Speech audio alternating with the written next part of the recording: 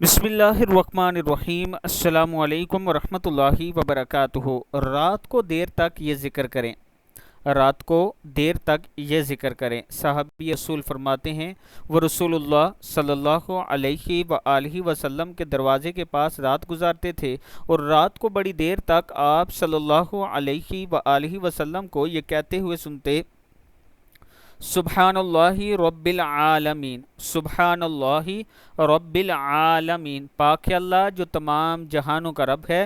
پھر رسول اللہ صلی اللہ علیہ وآلہ وسلم فرماتے: سبحان اللہ و بحمدہ، پاک ہے اللہ اور اسی کی تعریف ہے۔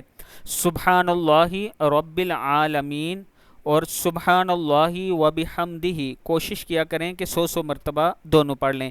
100 مرتبہ سبحان اللہ رب العالمین اور 100 مرتبہ سبحان اللہ و بحمدہ۔